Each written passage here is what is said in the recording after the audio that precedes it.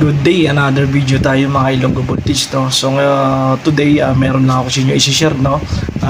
Paano ba tayo mag-install ng mga circuit breaker, no? Tulad ng MCB type na tinatawag. So ito yung nilagyan ko rito, MCB type. Ang ibig sabihin ng MCB ay miniature circuit breaker to. So ito kasi ngayon ang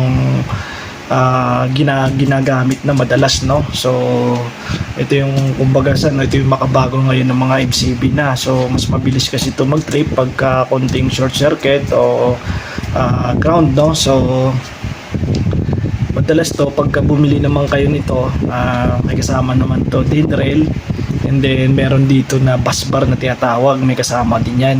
So minsan hindi nila ginagamit yung kasi yung bus bar na kasama doon na free ay manipis, no? So ang ginagawa nila, nagja-jumper na lang sila rito, no? So ito ituturo ko ngayon kung paano mag-install ng ganito at kung paano siya buhayin, no? So okay, start tayo, no? So sa baguhan nito at hindi pa alam, no? Pagka-install lang pala nito, kumuha na lang ako ng isa para ito naka-install na kasi ito. So ipapakita ko na lang kung paano.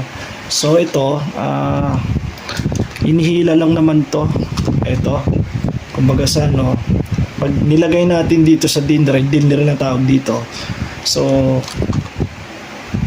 ihilahin lang natin to. Ito, hilahin lang natin ang dalawa nito, and then papasok na natin dito. So nakuha ba mga Ilonggo? Hilahin lang natin to, then papasok lang natin to. Okay, so ikabit ko na to, So same lang naman itong process sa dalawa. Ito lang pinakita ko para mas mabilis. Okay, so una, ganyan lang, hilahin lang naman yung ta.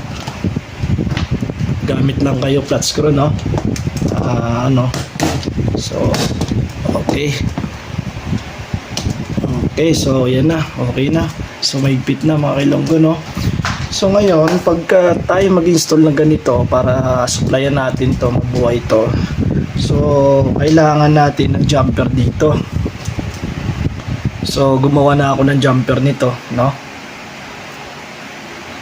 So dito nilalagay yan, no? Una, dito lang natin ilalagay yan. Okay, sa terminal sa taas, no? And then another jumper ulit, no? Dito ulit yan sa taas. Ito mga Ilonggo, kayo na bahala kung paano kayo gumawa ng jumper, no? So sa akin, ganito lang ako gumawa ng jumper, no? Tapos isa pang ganito. So hindi ko muna hihigpitan yan, no? Para bago ko higpitan lahat yan, kailangan naka-jumper na tayo lahat. Kasi lahat sila yan sa taas kumukonekta na, no? Kumbaga sa ito yung line side natin, ito yung pinaka-source, at sa baba natin, ito yung pinaka-load na papunta sa ating mga bahay. So ulitin ko lang, no? Pagka nag-jumper, kumbaga sa ito yung main natin. Ito yung main natin na MCB, and then ito yung mga circuit breaker natin na papunta sa bahay. Ito yung mga load. So nag-jumper lang tayo rito. Itong isang jumper pupunta lang naman dito sa isang jumper. Tapos yung isang jumper naman ito pupunta lang din naman dito sa isang jumper, no? So ito naman isang jumper nito pupunta lang din naman dito sa isang jumper. And sa last na naman dito, pumunta rin yan dito. So ganyan lang, no? So kung nalilito kayo, pwede nyo to screenshot o share nyo yung video nito para hindi kayo makalimutan o mapapanood ulit nyo. Okay, then tapos yan, higpitan na natin sa taas. Ganyan lang, no? So check nyo lang yan. And then ang pinaka-supply nito sa main, para mabuhay natin to, dito natin ilalagay sa ilalim. Kasi ito yung main natin, 63 ampere. So ngayon dito natin idadaan.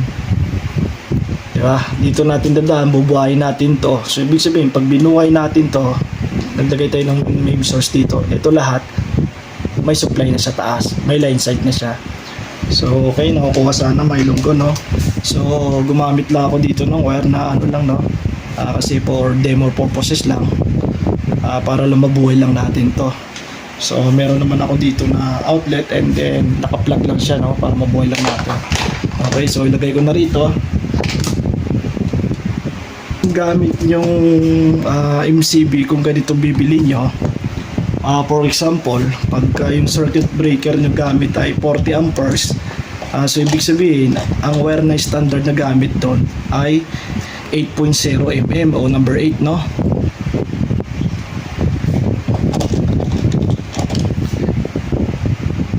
Hindi naman sa 20 amperes naman, number 12. Sa ating naman mga 15 amperes sa lightings ay number 14 o 2.0 mm, no? So ngayon mga kailunggo, meron na tayo dito nilagay, no? Ito na yung main source natin para bumuhay natin to. So okay na tayo dito. Okay, so yan, pwede nyo screenshot o share nyo yung video para paano. Ngayon, ito gumawa lang ako ng plug para isubukan natin to kung may supply dito sa baba. Okay, so plug ko na rito sa outlet na ginawa ko, and then gamit tayo ng tester, no? So kung meron kayong tester, ito, pasit lang natin sa AC. Sinabing AC, alternating current, no?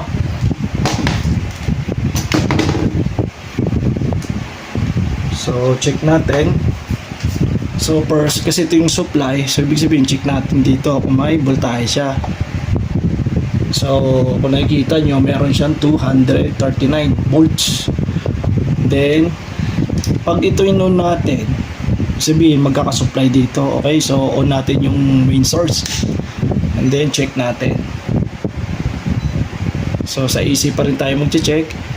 Dalawang test probe dito lang. So ayun, yun, so meron siyang reading, no? 238. Okay, ngayon kasi binuhay na natin yung source nito, ibig sabihin magkakasupply na yung taas nito kasi naka-jumper tayo dito sa lahat. So check din natin to. So meron din tayo. Okay, so dito rin sa isa pa rin. So meron tayo. So ganun lang, no? Pagka install natin mga ganitong breaker MCB type, ganito lang siya, no? So hindi na kayo malilito, no? So pag ito bubuhayin natin, bubuhayin na ito na ngayon ang load natin papunta sa ating mga bahay. Okay, so check din natin yan para mas makita nyo na may supply na yan. Na ito una natin, check natin to. So ayan, 238, and then kabila. So ayan, may supply pa rin. Okay, so yun lang mga kailunggo, no? Sana mayroon kayong nakukuha, no? At naintindihan nyo sana. Share nyo yung video and then follow nyo ako para sa iba pang mga video natin. Okay?